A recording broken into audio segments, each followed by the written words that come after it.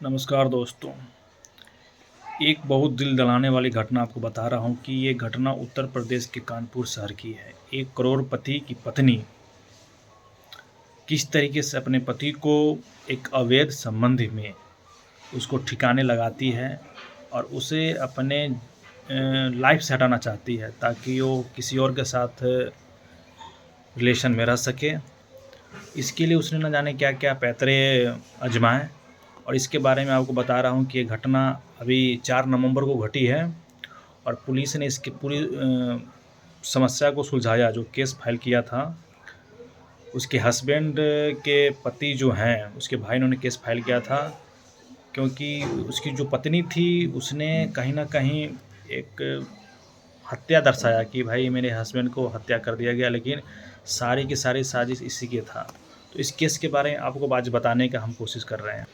लोग कहते हैं ना कि प्यार अंधा होता है, तो ही 4 नंबर की घटना है। यानी एक स्कूल टीचर है, कानपुर उत्तर प्रदेश के रहने वाले, और वो काफ़ी पैसे वाले हैं, करोड़पति भी है। उसकी पत्नी का नाम पिंकी है और वो जो हस्बैंड है वो अपने घर में किसी काम से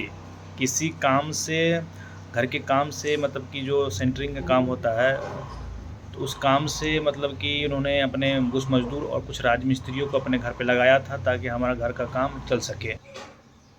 तो घर के काम के लिए उन्होंने राजमिस्त्री को लगाया था। तो राजमिस्त्री घर में आता जाता था। घर में आने जाने के क्रम में जो राजेश गौतम है, जो टीचर हैं, उनकी पत्नी से उसकी आँखें लड़ जाती है और उस दोनों में प्यार हो जाता है, राजमिस्त्री और उसकी पत्नी में, और धीरे धीरे चलते रहता है। जब इसकी बात को भनक उसके हस्बैंड को लगती है तो राजमिस्त्री को घर पे आने के लिए मना भी कर देता है कि तुम मेरे घर पे अब काम नहीं करोगे। अब काम तो नहीं कर रहा था, लेकिन उसका आना जाना कहीं न कहीं लगा ही रहता है। धीरे उसकी पत्नी को गुस्सा हो जाती है कि तुम उसके बुला क्यों नहीं रहे हो। तो उसके दिमाग में खुरपाती दिमाग चलाना शुरू करती है और अपने पति को ही अपने रास्ते से हटाने का प्लान बनाती है। उसकी पत्नी और अपने आशिक के साथ मिलकर के वो प्लान तैयार करती है इसको कि अपने रास्ते से कैसे हटाएं। और इसको हटाने के लिए जो उसका जो आशिक है, उसका नाम है शैलेंद्र सोनकर जो होता है, अपने भाई से मिलकर के किसी को एक सुपारी देता है 4 लाख रुपए में कि इस आदमी को तुम किसी तरीके से हमारे लाइफ से हटाओ और उसको किसी तरह मतलब कि मारो या एक्सीडेंट कराओ ताकि वो उसको एक्सीडेंट का केस बन जाए। तो उसको 4 लाख की सुपारी देता है और वो जब सुबह मॉर्निंग वॉक में वो जाते रहते हैं तो उसको जो सुपारी जिसको दिया जाता है, उसने 4 लाख रुपए लेकर के वो कार से इसको कुचल देता है। तो उसकी मृत्यु हो जाती है जब।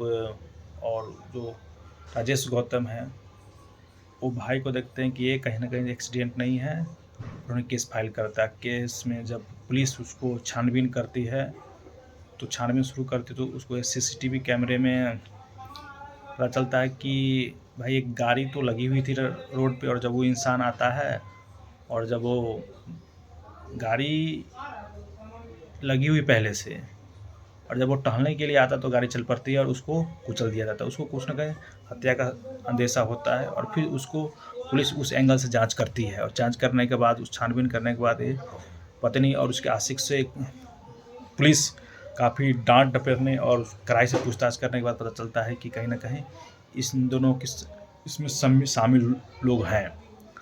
तब जाकर इस केस की जड़ तक जाया जाता है। तो आज के डेट में प्यार करने के चक्कर में लोग अपने परिवार को भी और अपने सारे लोगों को मौत के घाट उतारने में लोग लग जाते हैं। प्यार कहीं ना कहीं अंधा हो रहा है। समाज में कैसे लोगों की मानसिकता आई है, इस पर थोड़ा सोचने हैं और आप अपनी ज़रूर प्रतिक्रिया दें। कैसा लगा ये? धन्यवाद।